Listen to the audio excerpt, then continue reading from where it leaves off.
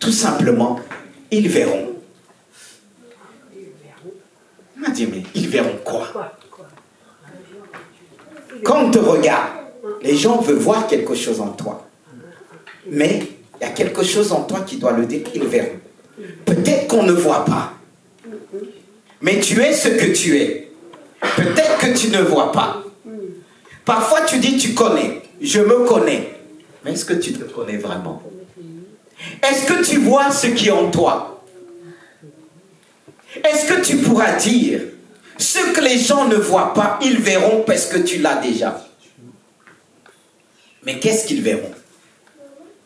Qu'est-ce qu'ils vont voir en toi? Si tu es choisi de Dieu, qu'est-ce qu'ils vont voir? Qu'est-ce que les gens aimeraient bien voir en nous? Qu'est-ce que les gens aimeraient bien voir dans l'église Source de Siloé? Et le Seigneur m'a donné ce message en rapport son église. Et si nous faisons partie de cette église, ce message nous appartient. Et même si tu ne fais pas partie de cette église, ce message va te parler. Car la Bible dit, il est celui qui parle tant de manière et tant de nôtre. Alors Seigneur, je te remercie pour ce que tu fais déjà. Ce que tu vas faire, oui, on peut le dire comme ça, mais tu l'as déjà fait. Parce qu'avec Dieu, tout ce qu'on joue dans le présent. Amen. Amen. Ils verront. Mais qu'est-ce qu'ils verront? Je me suis interrogé, je disais, mais qu'est-ce que les gens doivent voir? Est-ce que les aveugles verront? Non. Les aveugles, mais qu'est-ce qu'ils voient? Est-ce que les chrétiens peuvent voir tout? Non. Non. Et je me suis interrogé à travers ce passage. J'ai essayé de me répondre à travers une autre question. Parce que parfois on s'empresse de répondre. Donner la réponse. Mais Dieu nous donne toujours une réponse à travers une autre question. C'est la méthode du Saint-Esprit. La méthode du Saint-Esprit, il ne se presse pas de nous répondre. Il nous répond toujours à travers une autre question. Nous, on s'empresse. Et ça peut énerver. Quand on s'attend à une question, à une réponse bien faite, qui nous correspond, voilà que Dieu rajoute une autre question. Est-ce que vous avez remarqué comment Dieu fonctionne? On dit toujours les Juifs répondent toujours par une question. Ça ne nous étonne pas. Parce qu'il vient d'Abraham. Mais pas tous, quelque part. Même d'origine, naturellement, on peut dire, mais spirituellement, est-ce qu'ils viennent tous d'Abraham? Mais pour revenir à cela, Dieu répond toujours par une question. Ils verront. Mais qu'est-ce qu'ils verront? Le passage qui est venu dans mon esprit, c'est celui-ci. Qui a cru à ce que nous a été annoncé? Qui a reconnu les bras de l'Éternel? Ils verront, mais qui a cru? Mais voyez, à travers cette question, il y a la réponse. Ah. Voir quoi? Qu'est-ce qu'ils verront? Mais s'ils n'ont pas cru, est-ce qu'ils verront vraiment? Et qui a reconnu le bras de l'Éternel? Parce que qu'est-ce qu'on doit avoir en nous en premier? On doit avoir la marque de notre Créateur. C'est lui qui nous a créés. Quand quelqu'un te regarde, il doit voir en toi une particularité de ton Père. De celui qui t'a mis au monde. Certes, tu vas me dire mon père ou ma mère. Non, je te parle de celui qui est à l'origine de la naissance de tes parents. C'est Dieu. Et qu'est-ce que les gens ont besoin de voir en toi? C'est le bras de l'Éternel. Qui a cru à ce qui nous a été annoncé? Qui a reconnu le bras de l'Éternel? Alors, ce qu'on doit voir, c'est le bras de l'Éternel. Ce n'est pas toi-même. Oh, ce chant nous dit, quand on nous regarde, on ne voit plus ce qu'on était avant, mais on voit Jésus. Et nous savons tous, le bras de l'Éternel, c'est Jésus. Et ce qu'on doit voir chez les chrétiens, c'est quoi? La marque de quoi? La marque de notre Dieu. La marque du Saint-Esprit.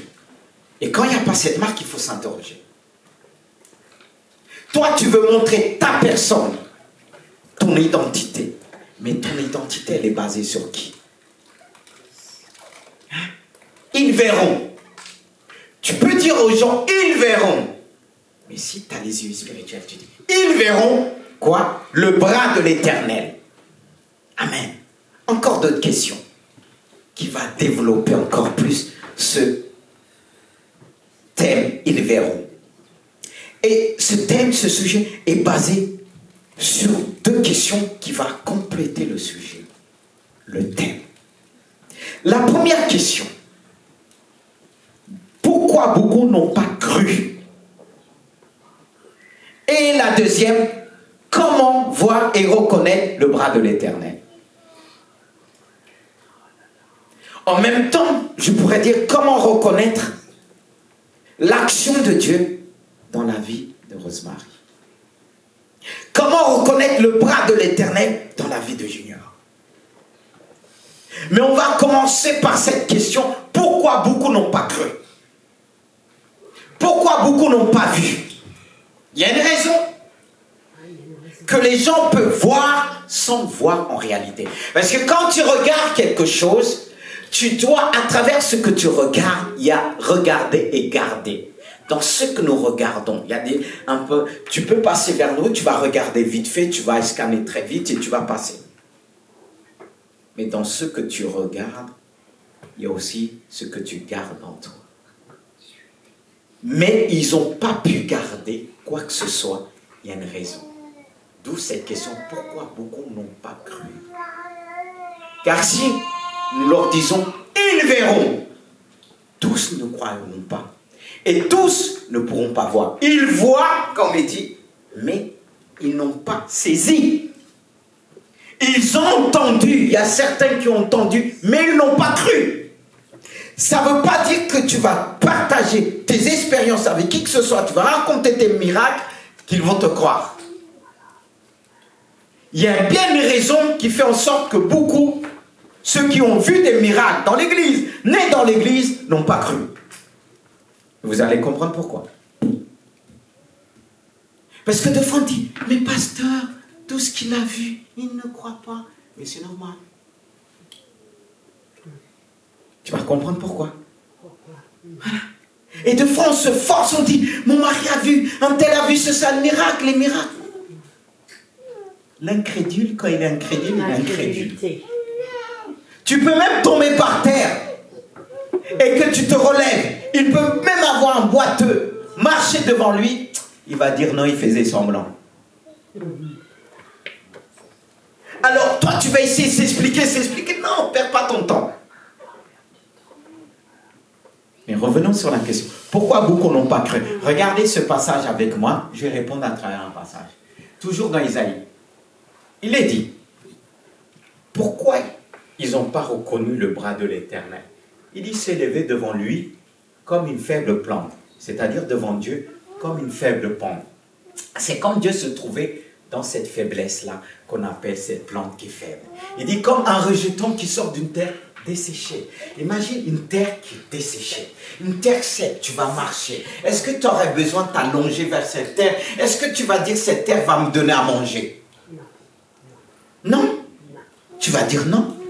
Tu risques même de déménager. Si autour de ta maison, la terre commence à déchirer, ah, c'est la malédiction, je pars. Alors là, comment reconnaître le bras de l'Éternel? Quelque chose qui se lève d'une terre, pas, même si tu mets de l'eau, l'eau ne va pas passer. Vous suivez? Je vais tout doucement, afin que la parole puisse vraiment pénétrer en vous. D'une terre desséchée, il dit, il n'avait ni beauté, ni éclat pour attirer les regards.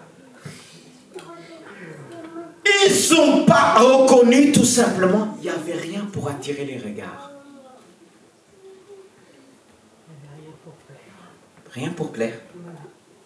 On vit dans quel monde aujourd'hui? Il faut paraître. Il faut montrer qu'on existe. Il faut montrer qu'on est fort. Il faut montrer pour attirer. Mais si tu sors d'une terre desséchée, tu vas attirer qui? Mais franchement, quand tu parles d'elle et c'est qu'elle... Oh, vous suivez? Et je continue. Il n'a ni beauté ni éclat pour attirer les regards. Et son aspect n'avait rien pour plaire. On vit dans un monde qu'il faut plaire. Et c'est pas quelque part, on veut plaire ceux qui nous entourent. Voyez?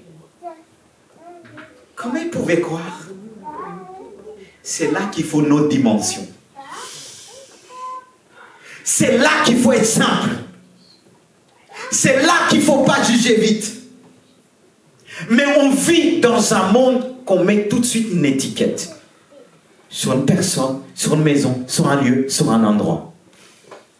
Et là, ils ne pouvaient pas reconnaître. La Bible a dit, n'avait rien pour plaire. Et si tu leur dis, ils verront, comment ils pourront voir? À travers une terre desséchée?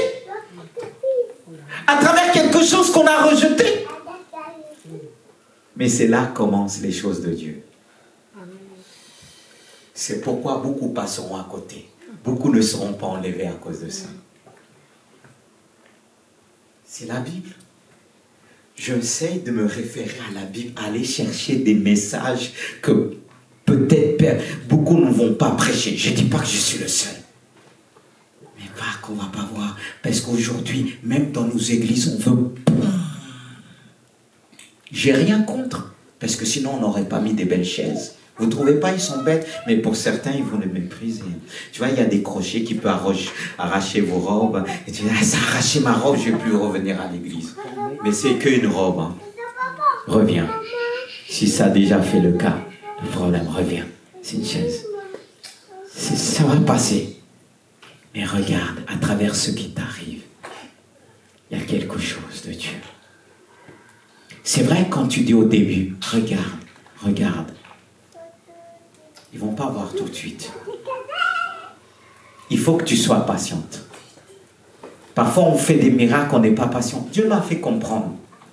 Ce n'est pas ce que je fais à travers toi, les miracles, sinon l'église sera déjà remplie. Mais c'est cette plante qui est faible, qui n'a pas d'éclat, qui fait en sorte que les gens ne voient pas. Et c'est une bonne chose. Parce que si ce que Dieu a montré en disant, ma sœur a quelque chose, quand Dieu te montre quelque chose à quelqu'un, il ne montre pas la période qui va le faire. Et le fait qu'il ne montre pas la période qui va le faire, emmène certains à douter. Parce que quand les gens qui ont reçu la révélation, ils pensent que Dieu va faire dans les médias. Mais quand ça prend un mois, tu vas dire, tu vas t'accrocher comme ça. Wow! Tu vas dire demain, Dieu m'avait montré.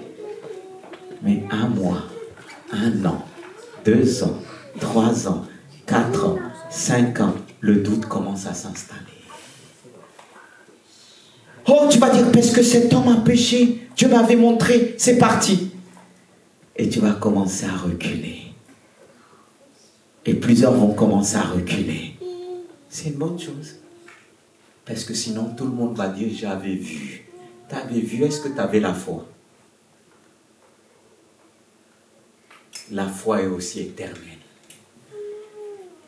Mais on va continuer, vous allez mieux comprendre. Toujours, je pense que j'ai souligné aussi, pris un autre verset. C'est le verset d'Ésaïe toujours. Il y a une autre raison qui fait que les gens n'ont pas cru. Ils ont cru pour un temps, mais arrivé à un moment donné, pouf. Il est dit parce que ce peuple a méprisé les eaux de Siloé qui coulent doucement. Et les eaux représentent les bénédictions, la bénédiction. Ce que Dieu t'avait montré, ça prend tout son temps. Remarquez? Et tu vas dire, j'avais entendu une prophétie. On m'avait dit ça, mais ça ne vient pas. Mais ça va doucement. Hein. On vit dans un monde, les gens veulent tout de suite. Tout de suite. Révélation égale à les médias. Regardez Abraham. Les années que ça a pris. Certes, t'es pas Abraham. Moi, il y a des choses, ça fait 20 ans que je suis dans le ministère. Quand je lis, certains pensent que je viens de commencer. Parce que comme il y a certains qu'on connaît, ils disent, ah, mais il y a des choses que Dieu m'a montrées.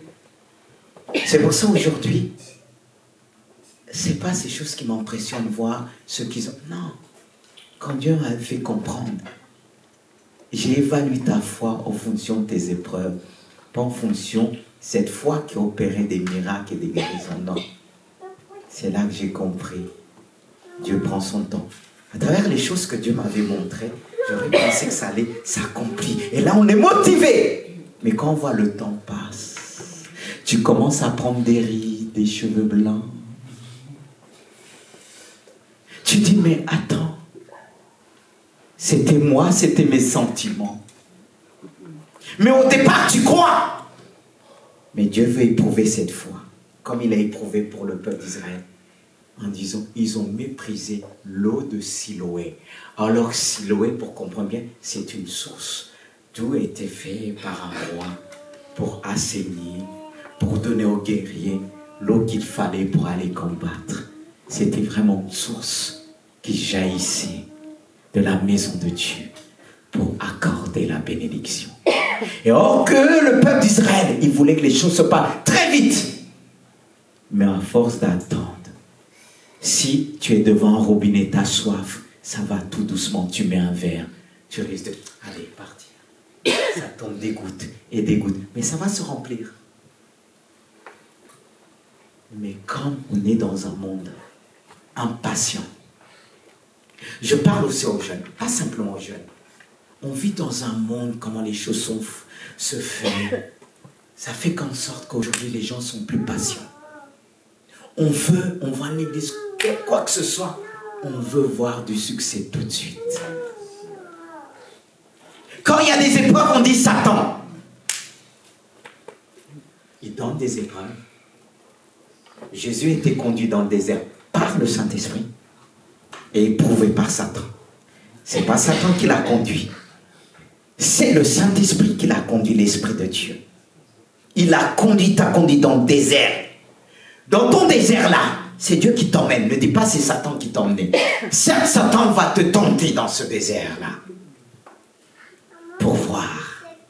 Mais si tu es pressé, il t'a pas dit, il t'a montré des choses grandes. Tu dis, oh, c'est vrai, nous tous, on s'est dit, c'est demain. Je ne suis pas le premier, mais c'est avec le temps, les expériences, dans la vie chrétienne. Dieu permet même les gens t'abandonnent, qui ont vu la bénédiction. Mais ils t'abandonnent. Tu dis, mais pourtant ils ont vu. Dieu me disait, ils ont vu, mais j'ai permis que ça dure dans le temps, que tu puisses voir leur cœur. Pas ceux qui t'ont dit, pas la révélation qu'ils ont reçue, parce que la révélation vient de moi, mais la foi, il doit l'exercer.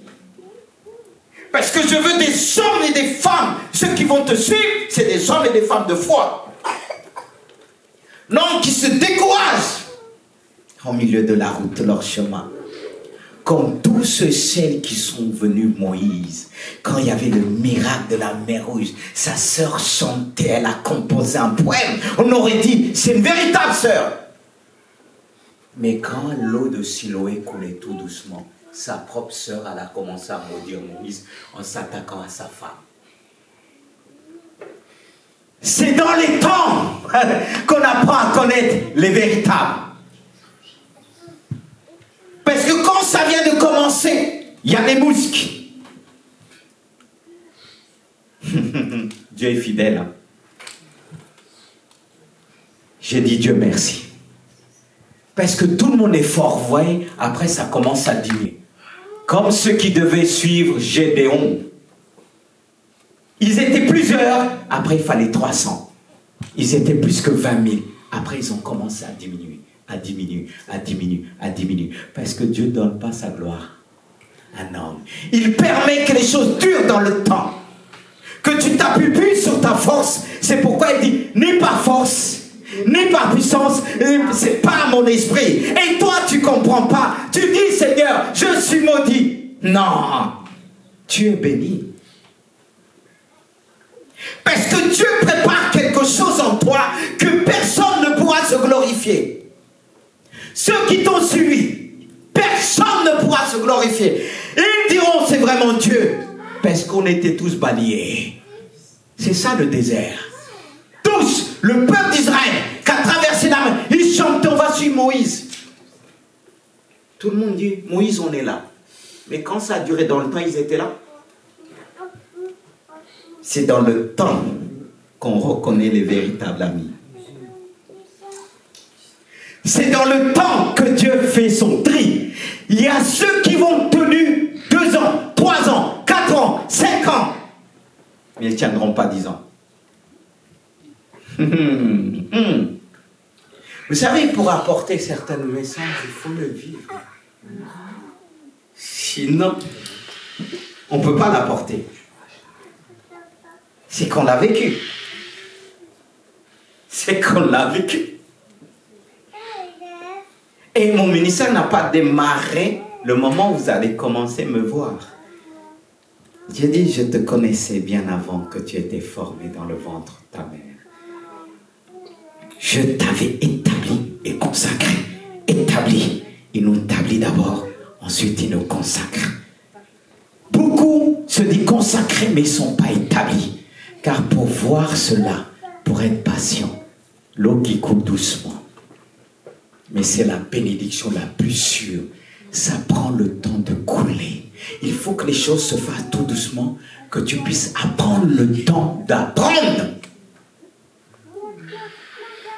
Quand tu es passé par cette école-là, que tous ont été élevés, toi tu es le dernier. C'est là que tu vas dire, Seigneur, je te remercie.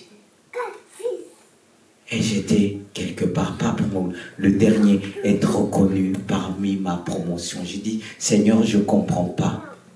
Mais Dieu m'a fait comprendre.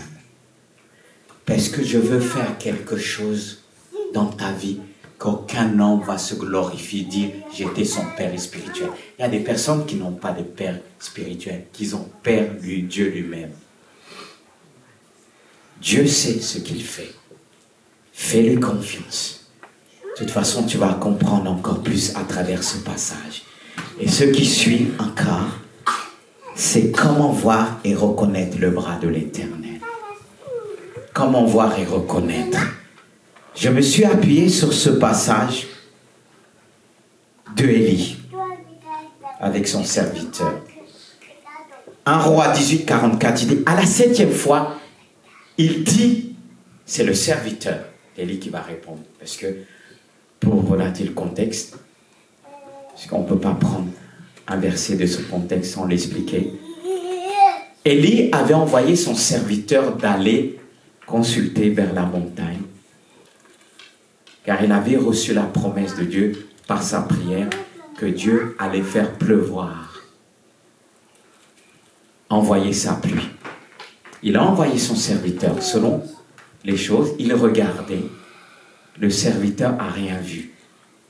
Encore, on revient à ça. Et il l'envoie jusqu'à 7 fois. Une fois, il revient. On est semblable. Parfois, ce serviteur que Dieu nous envoie, dit, il nous révèle les choses et on dit, Dieu, j'ai rien vu. Et Élie représentait le Père, Dieu le Père. Élie le renvoie plusieurs fois. Jusqu'à 7 fois. C'est beaucoup. 7. Ils ont ensemble, il dit, à la 7e fois, il dit, voici un petit nuage. Un petit nuage. Vous suivez? Qui se lève de la mer et qui est comme la paume de la main d'un homme. Mais c'était la main de Dieu.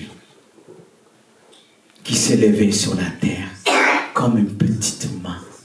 Le bras de l'Éternel. Une petite main de la paume d'un homme. Et il ne pouvait pas voir, mais il fallait qu'il persévère. Vous suivez? Quand on est pressé, est-ce qu'on voit les choses? Parfois les choses sont là, tu dis, non, j'ai rien vu.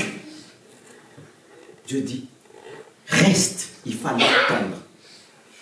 7 fois, poum, il part, il revient. Est-ce qu'on n'est pas comme ça parfois? Honnêtement. On dit, Dieu, j'ai rien vu. Et tu finis par dire, c'est tes paroles. Mais est-ce que Élie avait besoin d'aller voir? Lui, il avait déjà vu. Et il pouvait dire, ils verront. Parce que ce que les autres voyaient, ce que cet homme devait voir était dans Élie. Car la parole de révélation était sortie de la bouche d'Élie. Avant, on n'a pas besoin de voir. C'est ce que nous allons prononcer va devenir une parole vivante. Il était persuadé, repart. Et au bout de la 7e fois. Est-ce que le chiffre 7 ne vous parle pas? Le chiffre 7, c'est le chiffre de la totalité, le chiffre de la perfection. C'est pourquoi j'ai noté tout simplement, en ce qui concerne le chiffre 7, j'ai noté, est aussi le chiffre de la persévérance parfaite, totale, qui nous permet d'abord de voir la gloire de Dieu d'une manière insignifiante. La gloire de Dieu commence toujours d'une manière insignifiante. C'est là le problème. N'est-ce pas qu'il dit la foi que Dieu nous donne, une démonstration des choses qu'on ne voit pas, qu'on essaie mais qu'on ne voit pas. C'est-à-dire les choses insignifiantes, on ne les voit pas facilement. Et il fallait ce chiffre 7 de la persévérance qui nous permet de voir. N'est-ce pas qu'il est dit, sans la persévérance, nul ne verra le salut quelque part, nul ne sera sauvé. Et il faut cette persévérance dans la vie de chacun. C'est cette persévérance qui va nous permettre de voir quoi? La gloire de Dieu, qui va nous permettre de voir le bras de l'Éternel qui s'est levé comme une faible plante. Le fait que tu persévères, le fait que tu persévères dans la prière, le fait que tu te tiens dans un lieu, tu te tiens à ton poste, là tu verras la gloire de Dieu. Beaucoup ont quitté. Beaucoup ont quitté le poste, là où Dieu, le lieu, là où Dieu les avait mis. En espérant qu'ils ne voyaient plus rien, en disant il n'y avait plus rien, parce que chaque fois qu'ils revenaient, ils disaient il n'y a rien. Et beaucoup de chrétiens, Dieu les a placés dans un endroit, manque de persévérance, ils sont passés à côté. Et aujourd'hui, c'est tristesse, ils pleurent. Et ils ont raté. Parce que là où Dieu t'avait placé, c'est là que tu devais voir. Là, il y avait un lieu stratégique. Dieu le dit, va te tenir sur la montagne et là, tu vas voir le bras de l'Éternel. Là, tu vas voir la bénédiction de Dieu qui va se répandre sur la nation. Ce que Dieu voulait te montrer, c'était pas simplement pour toi, mais pour les autres. On ne réalise pas, on vit pour soi. Et lui voulait emmener cet homme. Ce qu'il devait voir et recevoir était valable pour les autres. C'est que les autres ne pouvaient pas voir comme lui. Peut-être que Dieu nous appelle à voir les choses insignifiantes. Les autres verront lorsque la pluie va se répandre. Et beaucoup diront, oui, on avait vu. Non, ils n'avaient pas vu. Les gens doivent voir à travers toi. Tu es peut-être cette prémisse que Dieu veut vraiment donner aux autres, mais ça doit commencer par toi. Et quand Dieu te ferme les portes, tu pleures, mais tu ne réalises pas. Avec toi, Dieu veut démarrer quelque chose. Mais quand il te dit assis-toi là, tu te mets debout. Quand il te dit marche, tu dors. Quand il te dit réveille-toi, je veux t'envoyer. Tu te réveilles 6 fois, 7 fois, mais tu vois, tu dis, tellement que tu es fatigué, je vois rien. Rien égale à rien. Et ta foi va finir comme ça. C'est pourquoi beaucoup ne voient pas. Parce qu'ils ne sont pas persévérants. Il y a des choses que tu vas voir, tu n'auras pas besoin de persévérer, mais pas tout. Les plus grandes choses, tu as besoin de persévérer pour voir la gloire de Dieu. Tu as besoin d'insister, tu as besoin de rester. Il le dit, va. Tiens-toi, lui part, il revient. Heureusement, ce leader était persévérant. Parfois, il y a des leaders qui vont vous pousser à dire, mais pourquoi il ne fait pas ça pour les autres? Parce que ce que tu as reçu, les autres n'ont pas reçu. Parfois, on va dire, mais pourquoi le pasteur va toujours dire moi et moi, il n'y a pas les autres? C'est Dieu qui insiste. C'est Dieu qui insiste. Et nous, on va voir l'homme. Dieu se manifeste à travers l'homme. Dieu se manifeste à travers Élie. Est-ce que quelqu'un a vu Dieu se manifester comme ça? Dieu s'est manifesté à travers Jésus. Mais aujourd'hui, le peuple de Dieu ne vit pas des grandes choses parce qu'ils ne sont pas patients. Parce que quand Dieu commence à œuvrer même, à l'époque qu'il œuvrait dans cette église, on finissait à 3 heures. Les gens commençaient à murmurer. Il y avait des miracles. Dieu m'a dit d'arrêter. Et certaines personnes qui disaient, mais c'est avec cet homme, les choses sont faites. Il m'a dit d'arrêter et ça s'est arrêté. Ça ne s'est pas arrêté, Eric? Il y en a qui ont dit parce qu'il y a le péché. Non, non, non, non. Non. Non.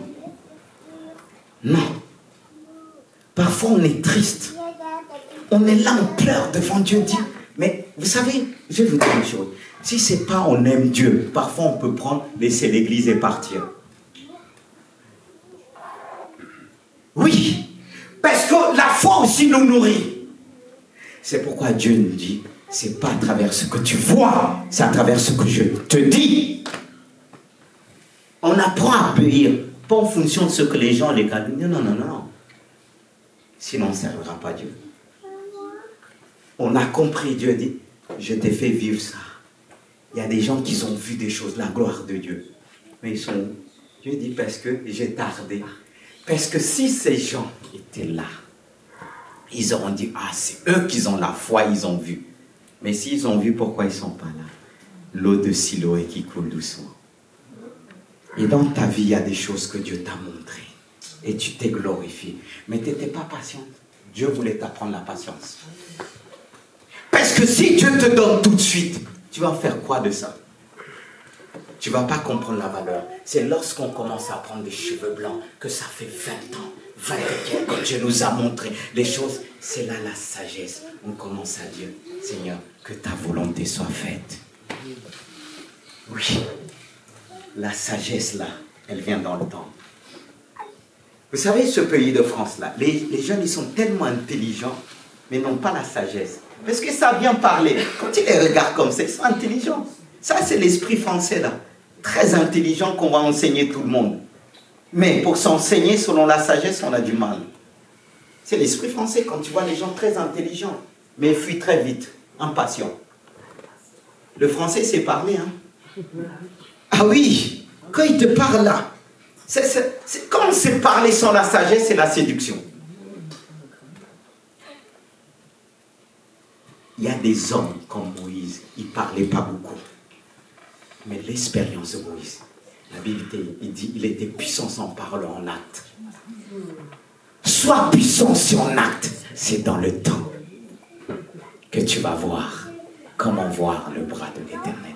Est-ce que vous saisissez que, pour revenir dans ce passage, la persévérance, c'est ensuite que l'accomplissement de la gloire insignifiant va se manifester par une gloire infiniment grande. Dieu se manifeste d'abord dans l'invisible. Il y a ceux qui vont le voir dans l'invisible et ceux qui vont le voir à travers les choses insignifiantes et ceux qui vont le voir à travers des grandes choses. Mais moi, je préfère voir les choses de Dieu dans l'invisible, ensuite dans ce qui est insignifiant et la suite. Mais hélas, beaucoup de chrétiens veulent voir Dieu dans sa grandeur. C'est pas mauvais.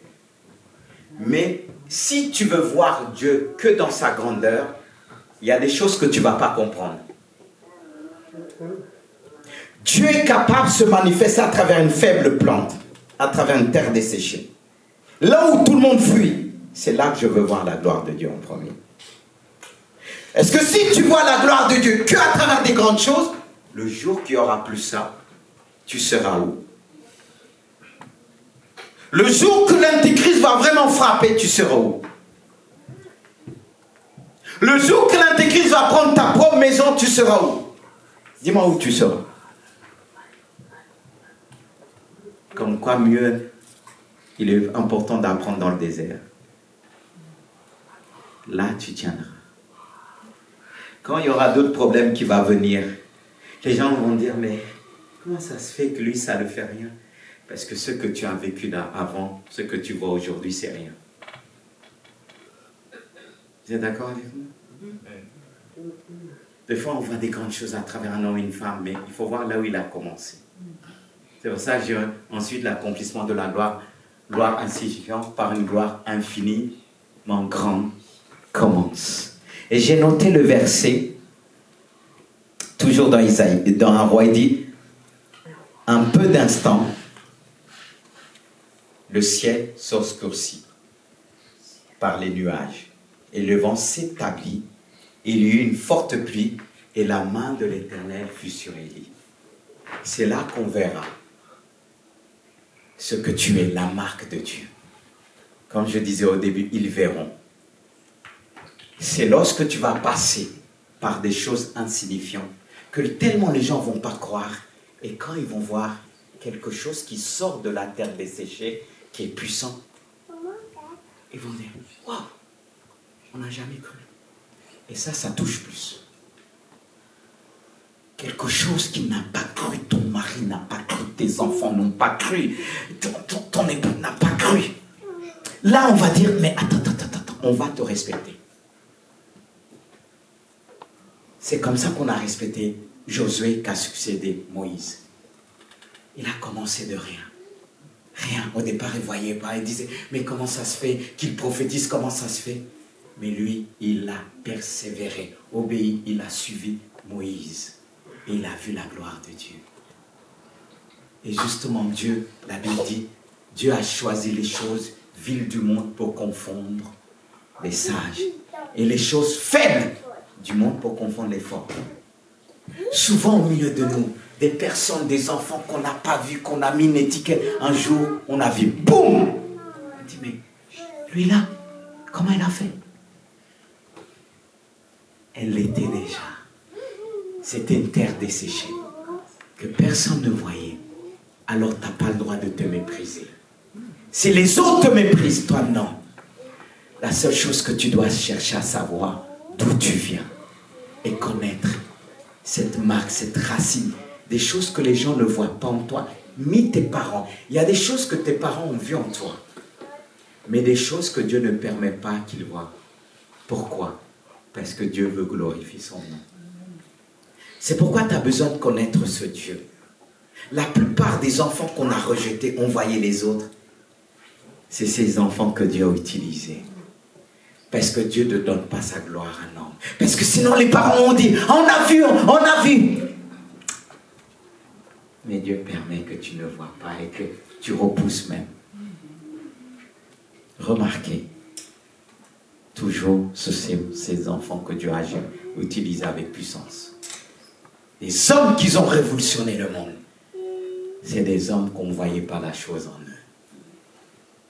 Mais ils ont fini croire. Même quand ils racontaient les gens disaient ils sont fous.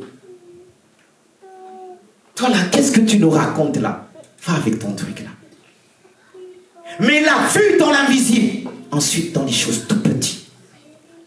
Et quand il a présenté les choses insignifiantes, les gens ont méprisé. Et Élie, quand on voyait son serviteur, a vu cette petite main. Et il est dit, lorsqu'il a vu la crue, un peu d'instant, le ciel s'obscurcit. Ça commence par être noir. On peut dire, oh, est-ce que ça vient de Dieu? Il y a beaucoup de choses qui viennent de Dieu. On peut dire, ah, c'est noir. Est-ce que ça vient de Dieu? Mais dit, le vent s'établit. La promesse, elle s'établit. Ensuite, il a eu une forte pluie. La puissance de Dieu. Nous, quand on voit ces puissances dehors, mais elle a commencé tout petit. Moi, je veux faire partie de ceux qui voient les choses tout petits.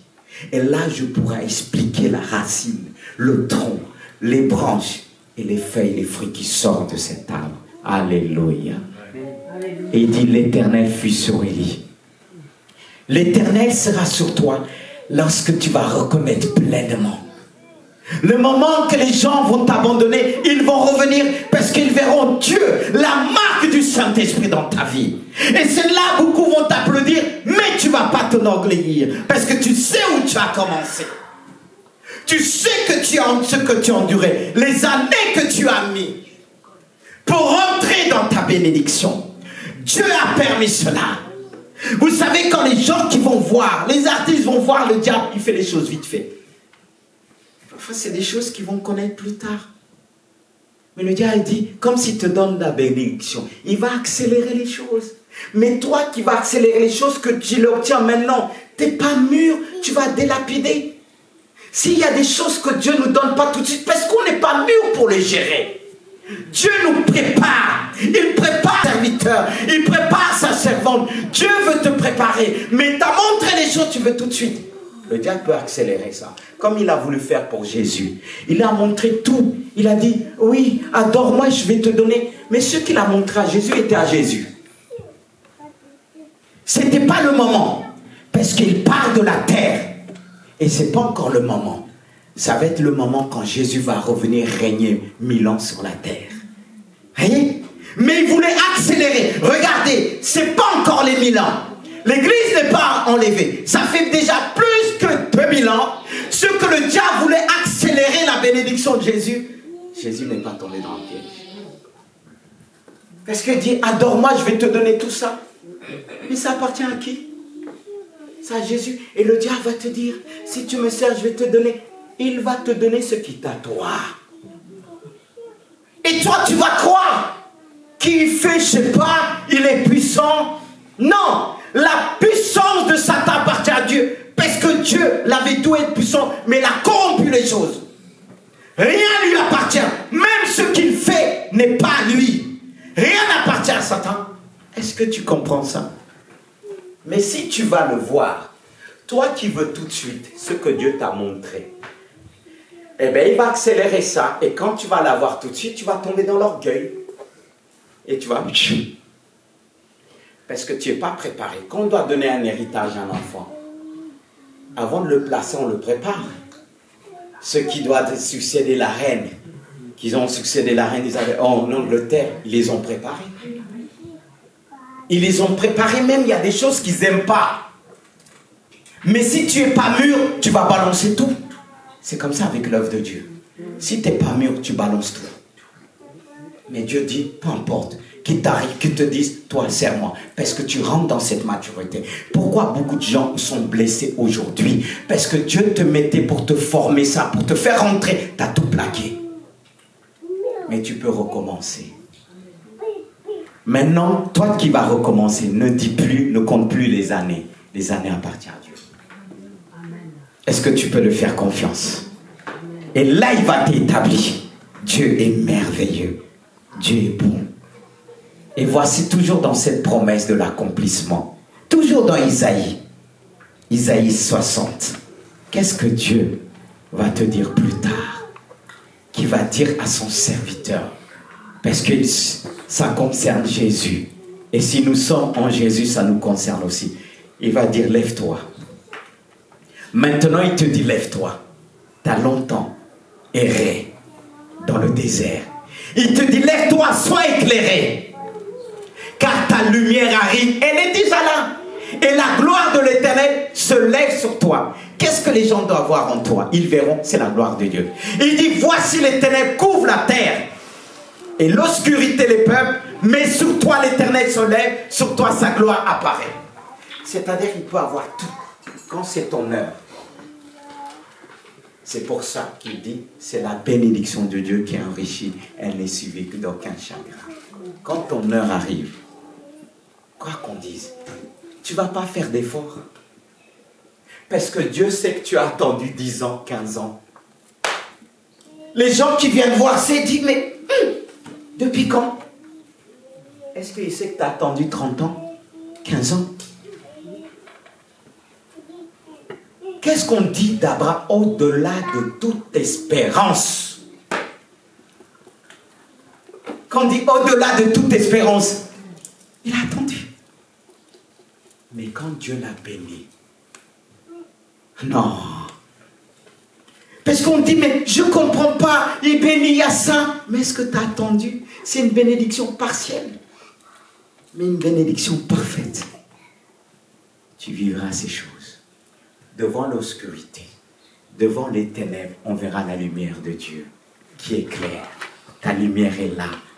Est-ce que tu es prêt à recevoir ce message pour toi en me disant, Seigneur, j'ai longtemps erré et j'ai maudit des gens, j'ai maudit l'église, j'ai dit l'église ceci, l'église cela, nanana. Est-ce que Jésus a maudit ses disciples? Pourtant à un moment ils l'ont tous abandonné. Il y avait 70, ils sont tous barrés, ils ne comprenaient pas, ils voyaient les miracles, à un moment ils sont tous barrés. Et Jésus a dit, et vous là, vous ne partez pas? Et Pierre a dit, à qui d'autre irons-nous? Toi qui as les paroles de vie. C'est merveilleux de comprendre le message de Dieu. On peut entendre le message sans comprendre c'est quoi la foi. C'est ça la foi. C'est la persévérance. Il y a des choses, tu vas persévérer. Tu vas attendre au-delà de toute attente, au-delà de toute espérance. Que tellement que tu as espéré, ceux qui t'entourent. Ah, pasteur, tu avais dit ça. Ah, ma femme, mon mari t'avait dit ça. Mais qu'en est-il? Ça fait longtemps qu'on est là. 15 ans. Comment ça se fait? Est-ce que tu es sûr que Dieu t'a montré? C'est comme ça qu'il fait le diable. Et là, tu commences à douter. Ah oui, c'était moi. Je pensais que c'était Dieu. Parce que si c'était Dieu, Dieu aurait répondu depuis maintenant. Abraham a attendu. Ah, même Sarah a douté. Elle dit, je suis vieille. Mais elle a oublié que Dieu pourrait dire, comment je vais avoir des désirs qu'on va se retrouver dans la chambre? Je suis vieille. Mais qui donne les désirs à la perfection? C'est Dieu. Alléluia. Mais quand on regarde la réalité là, on dit le monde se dégrade. Les sons, il y a les sens qui augmentent, tout augmente. Et on veut aller taper un sprint pour aller plus vite que Dieu. Reste à ta place. Reste à ta place et regarde la main de l'Éternel. Ce qu'il va faire au milieu de l'obscurité des problèmes. Tu vas briller. Si d'autres ont faim, manqueront des choses, de denrées alimentaires, mais Dieu prévoira. Si tu as su attendre, même quand tu es dans l'erreur, Dieu te ramène. Parce qu'il ne va pas voir les erreurs que les gens voient aujourd'hui, mais il va voir cette foi qui a patienté. Cette foi qui ne s'est pas mélangée avec les autres. On a passé devant toi, il mangeait. Il dit, tu es sûr Dieu t'attend? Regarde, Dieu nous bénit, nous. Il est où ton Dieu? Si Dieu les bénit, c'est l'horreur. Mais ton heure n'est pas arrivée. C'est ça, on veut toujours regarder l'autre. C'est là le problème des chrétiens. Pas que le problème dans le monde. Parce que quand on voit les autres... J'ai appris depuis longtemps avec mes collègues. Parce qu'ils pourront vous dire... Il peut avoir, mais il se déplace de fois, il vient voir cette particularité que Dieu m'a donnée. Comme une fois j'étais au milieu des pasteurs, il parlait, la prophétie c'est de voir. Et quand je suis levé, je dis la prophétie c'est pas simplement voir, c'est aussi de proclamer une parole, elle devient une parole de Dieu. Parce que je l'ai vécu. Dieu nous emmène dans une autre dimension. Parce que Dieu a fait en sorte, les années que j'ai attendues, non, même les gens ne voient pas. Il se dit, mais avec lui, Dieu manifeste sa gloire. Il peut le faire pour toi. Ne regardez pas, parce que les choses visibles, pour que les gens puissent te considérer, il faut que ça y voit. Ça doit commencer par une terre desséchée. Ceux qui te reconnaîtront, lorsque tu sortiras d'une terre desséchée, c'est avec eux qu'il faut continuer. Ils ne sont pas beaucoup. Ne rejette pas les autres qui vont venir. Parce que Dieu l'a permis ainsi. Regardez Gédéon, ils n'étaient pas beaucoup. Regardez Jésus au départ, ils n'étaient pas beaucoup. 12, un est parti. 70, 12, après 11. Ils n'étaient pas beaucoup. C'est avec eux que Dieu a révolutionné le monde. Mais toi, tu veux quand tu marches, tout le monde, on dit, vas-y. Tu veux qu'il y ait 50 à ta gauche et 1000 à ta droite pour commencer à faire les choses. Les véritables hommes de foi et femmes de foi. Quand ils ont fait, Dieu a permis que même leurs enfants, leurs épouses n'ont pas vu la chose. Pour que Dieu puisse dire, cet homme, cette femme m'a suivi au-delà de tout. Voilà. On veut la foi de Josué qui a dit, soleil, arrête-toi. C'est ça, c'est un des plus grands prophètes. Il a parlé à la lune. Parce qu'il avait attendu. Il a vécu des choses difficiles. Il a attendu 40 ans dans le désert, Josué. Ils étaient envoyés pour explorer le Canaan. Il devait rentrer. Mais à cause des autres, il n'est pas rentré. Il aurait pu dire, Seigneur, c'est pas ma faute, c'est la faute des autres. Il a repris encore les 40 ans du désert. Quand il a fini son épreuve, il parlait même au ciel. Il parlait est-ce qu'il avait besoin de prier longtemps? Il a dit, mais je n'ai pas arrêté de combattre mes ennemis, mais j'ai besoin de la lumière. J'ai besoin de la lune. Et il a dit, soleil, arrête-toi. Et toi, lune, là, qu'est-ce que tu fais? Tu n'as pas entendu ma parole? Mais toi, tu vas essayer de faire ça. Tu vas dire, je jeûne, je prie. Mais est-ce que tu as été éprouvé dans la foi? Des années pour parler comme ça? Parce que des fois, il y a beaucoup qui vont imiter dans la prière. Ils vont jeûner, ils vont prier, ils vont être frustrés. Parce qu'ils vont dire, tel homme de Dieu, il y a ça, je priais comme lui. Il n'y a pas, il ne vous raconte pas tout. Il vous parle, il faut jeûner. C'est pour ça, une fois, j'ai eu des cours de bataille avec certains. Quand ils ont vu, ils étaient frustrés. J'ai dit, ce n'est pas la nourriture qu'il vous faut maintenant. Vous avez essayé de faire ça. Ça ne veut pas dire qu'il ne faut pas faire ça.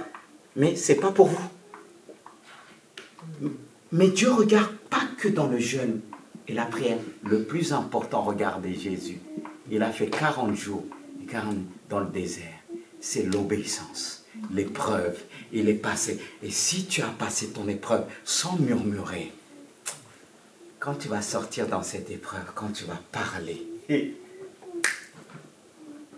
vous suivez? Qu'est-ce qui donne la puissance? C'est l'épreuve.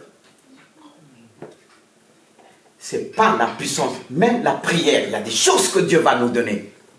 Mais l'épreuve va t'emmener à prier de tout ton cœur, à déchirer ton cœur, tes vêtements. Ton cœur, non tes vêtements.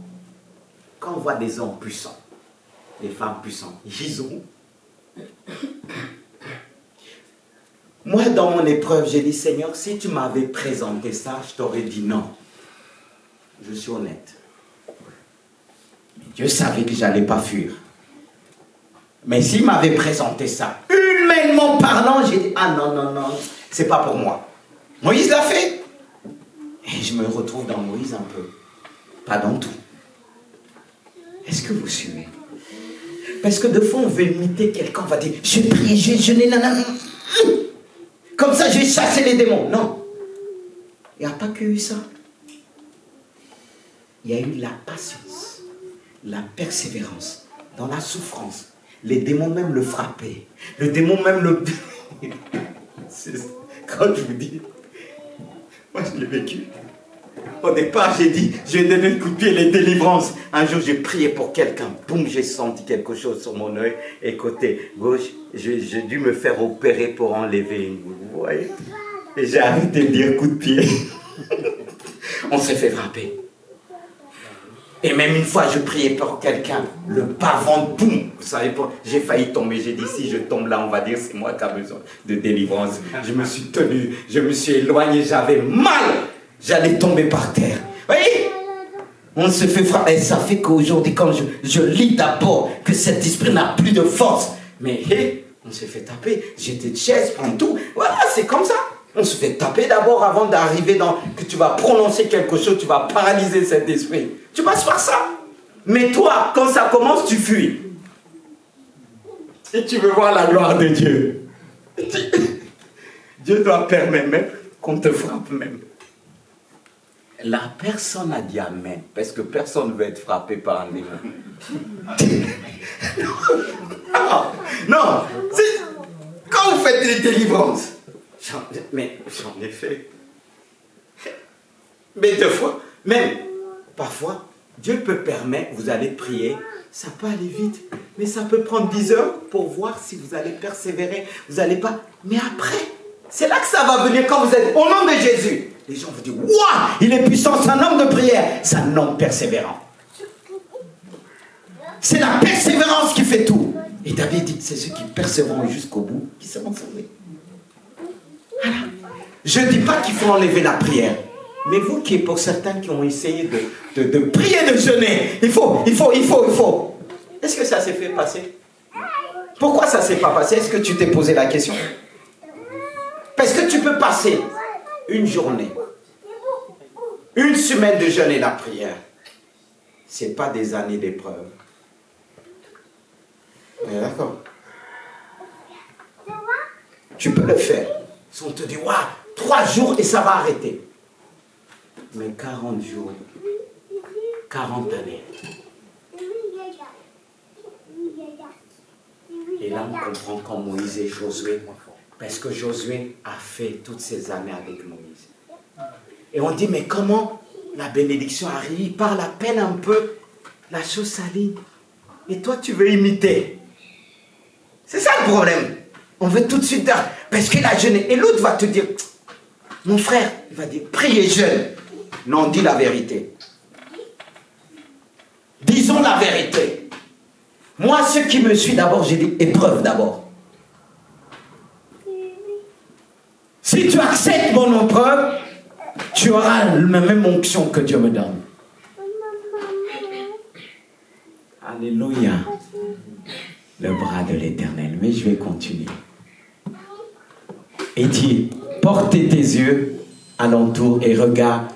Tous, ils s'assemblent, ils viennent vers toi. Tes fils arrivent de loin et les filles sont portées sur les bras par des anges. Il emmène les gens vers toi, parce que là il ne dit pas le bras, mais les bras que Dieu va mettre en sorte, parce que tu ne sais pas ce que tu as. Dieu veut te donner des filles et des fils, pas ceux qui sont sortis des propres entrailles, mais ceux qui viendront de loin. Dieu veut faire de toi une mère, pas simplement une femme. Dieu veut faire de toi un père, pas simplement un homme musclé, mais un père sage, une mère, car toutes les femmes ne sont pas des mères. Toutes les femmes ne supportent pas l'épreuve. Mais elle dit, elle sera mère. Pourquoi?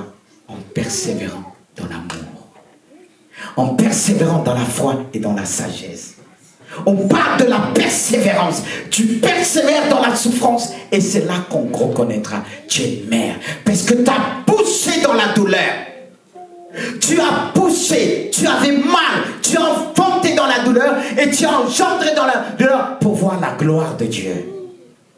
Et la gloire de Dieu apparaît parce qu'il a vu cette épreuve que tu as endurée. Et maintenant tu pousses dans la douleur, mais tu verras la bénédiction de Dieu. C'est ce que Dieu te dit. Ils viendront du sud et du nord, tes enfants. Ils seront portés par tes anges. Des anges qui vont les emmener vers toi. Mais est-ce qu'on est arrivé à ça? Est-ce qu'on est des mères? Est-ce qu'on s'intéresse aux autres? N'est-ce pas à nous-mêmes, on est fixé sur mes problèmes. Mais pour moi, quand les problèmes des autres sont réglés, en quelque sorte, ce sont les problèmes qui sont réglés. C'est ça le cœur d'un père. C'est ça le cœur d'une mère. Quand tu vas te tourner vers les autres, Dieu va régler tes problèmes.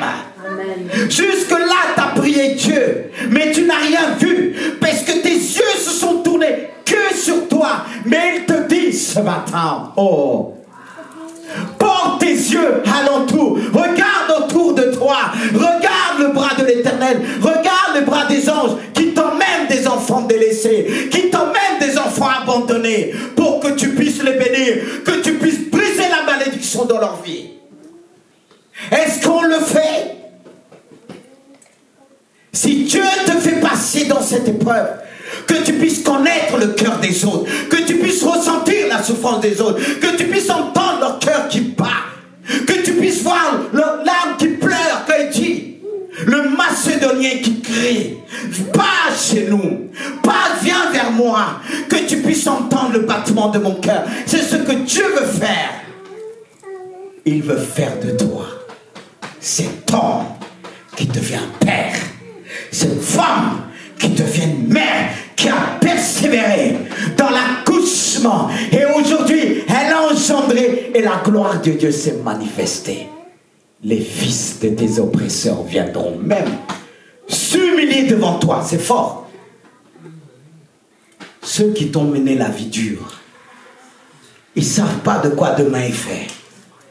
Peut-être leurs propres enfants viendront s'humilier devant toi. Qu'est-ce que tu vas dire?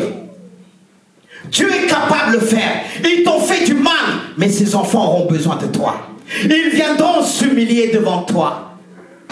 Et tous ceux qui te méprisaient se prosterneront à tes pieds. Ils t'appelleront fille de l'Éternel. Ils reconnaîtront que Dieu est en toi. Fille de l'Éternel, c'est que Dieu habitera en toi. Tu seras appelé la maison de Dieu. Réalisez les paroles, je peux les reprendre. Les fils de tes oppresseurs viendront s'humilier devant toi et tous ceux qui te méprisaient se prosterneront à tes pieds. On a vu des gens qu'on a méprisés, ils sont devenus plus tard soit des présidents, des ministres, des gens qui les ont méprisés. Ils sont venus un jour se prosterner devant eux en disant pardon, j'ai fait ceci quand on était enfant, j'ai été maltraité, j'ai été méprisé. Ne méprisez jamais qui que ce soit, quel que soit son rang social, son expression, son niveau intellectuel. Ne méprisez jamais. Et justement, l'esprit français, c'est vrai. Il y a des choses, je bénis Dieu pour les bonnes choses, mais je ne bénis pas Dieu pour les mauvaises choses, de mépriser plusieurs nations. On ne sait pas de quoi demain est fait. Il faut se dire, on est en France, on est né en France, mais notre royaume vient du ciel. Jésus a méprisé personne. C'est pourquoi il dit, ceux qui t'ont méprisé, église source de Siloé. Et là, je reviens à l'église. Se prosternent tes pieds. Ils t'appelleront la ville de l'Éternel. Sion du Saint d'Israël. Est-ce qu'il y a une suite? Au lieu que tu étais délaissé et haï, et que personne ne te parcourait, je ferai de toi un ornement pour toujours. Voyez, on peut se retrouver né dans un milieu, un lieu, et que le lieu va faire en sorte qu'on nous méprise. Mais qu'est-ce que Dieu dit à travers? Je ferai de toi un ornement pour toujours, un sujet de joie de génération en génération. Voyez, c'est pour ça que beaucoup peuvent quitter des lieux et dire, non, je ne peux pas aller dans cette église, je vais aller dans une grande église, maintenant il y a tout. J'ai rien contre les grandes églises, j'ai béni Dieu. Je ne suis pas jaloux, non. Mais il y en a qui quittent parce qu'il n'y a pas ce qu'ils cherchent.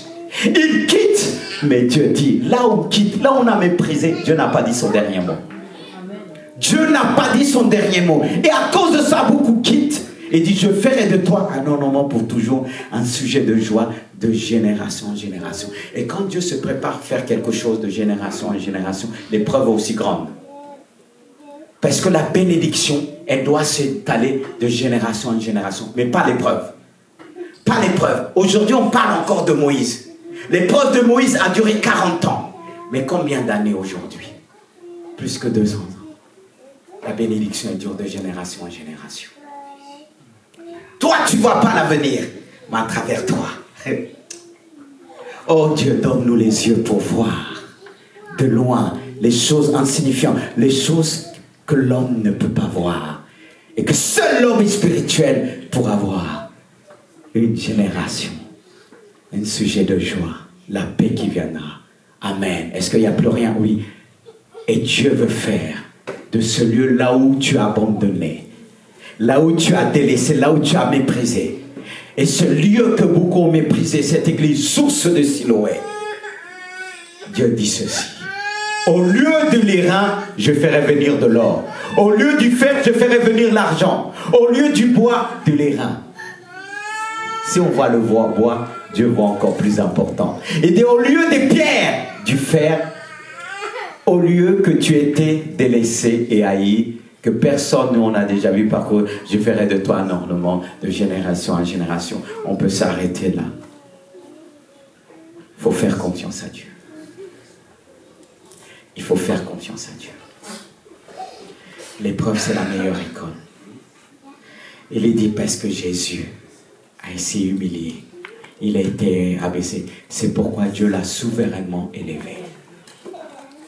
Il a connu la plus grande épreuve, mais Dieu l'a élevé, il a donné la domination sur tout, comme nous disait ce passage. Et à la fin de ce passage, il donnera la domination sur la justice. Est-ce que Eric est là? Il y a quelque chose qui manque par rapport... Oui, il est là. Et dominer la justice, c'est-à-dire avoir l'autorité et le pouvoir. Dieu nous a donné l'autorité et le pouvoir.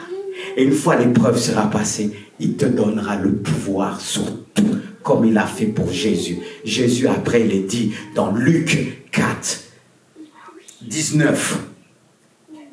Il va dire, oui, l'Esprit du Seigneur est sur moi. Après, plus tard, lorsqu'il a été conduit dans le désert, qu'il a dit toutes ces paroles, parce qu'il est dit à 14, il était revêtu de puissance. Au départ, il dit, il était oint, mais revêtu, c'est différent. Quand on est oint, on ne voit pas tout. Mais quand on est revêtu, on voit de loin. C'est ce que Dieu veut faire, et j'ai fini. Est-ce que tu veux recevoir? Est-ce qu'on peut se mettre debout? Oh. Aujourd'hui, je sens que ton cœur est dans la joie. Toi qui es là, je ne sais pas, pour la deuxième, la troisième, parce qu'il y a des choses que tu n'avais pas. C'est pas que tu n'avais pas compris. Tu as compris sans comprendre. Et aujourd'hui, tu es rempli de joie. Et ils verront. Oh Seigneur, je te remercie pour ce que tu viens de faire. La gloire de Dieu qui s'est manifestée dans ce lieu. Tu as parlé aux plus jeunes, aux adultes. Tu as parlé. Dieu a vraiment parlé. Et pour sceller cette bénédiction dans ton cœur, dans ta vie, je veux que tu puisses t'approcher. Je ne vais pas prier longtemps pour toi. Parce que tu as cru. Mais pour que cette parole reste en toi, que personne ne puisse la voler, je veux t'aider. Parce que j'ai aussi reçu de Dieu. Tu as reçu, mais j'ai reçu aussi pour briser les malédictions. De toutes ces paroles qui ont agi dans ta vie, qui t'ont mené vraiment à mépriser même les choses de Dieu. Tu dis, mais tu n'as pas méprisé. Mais le fait que tu as abandonné, c'est un mépris. Parce que tu n'as pas cru et ça t'a amené à mépriser ce qui venait d'une terre desséchée. Et ça venait de Dieu. Et tu t'es aligné avec ceux qui ne croyaient pas. Pourtant, tu ne disais pas les mêmes paroles, mais le fait d'être avec eux, tu as fini par manifester le fruit de leur mépris. Quel que soit ton âge, approche-toi. Ne regarde pas autour de toi en disant ils vont parler. Je ne vais pas prier longtemps pour toi. Je veux sceller cette parole dans ton cœur. Parce que des fois, on prêche, on est pressé, on part, on donne un beau message. Mais au lieu de prendre le temps de sceller la parole dans le cœur par la prière. Car la prière aussi est efficace pour sceller ce que nous avons entendu. Je ne vais pas forcer. Toi-même, Dieu t'a tellement parlé et t'as senti une joie dans ton cœur. Mais je veux prier que cette joie puisse demeurer. Alors approche-toi. Peu importe ce qu'on peut penser. Oh, je suis tellement moi-même dans la paix, ce message que Dieu m'a donné. Peut-être que vous allez dire, j'avais ce message depuis longtemps. Non, on se tient dans la prière pour demander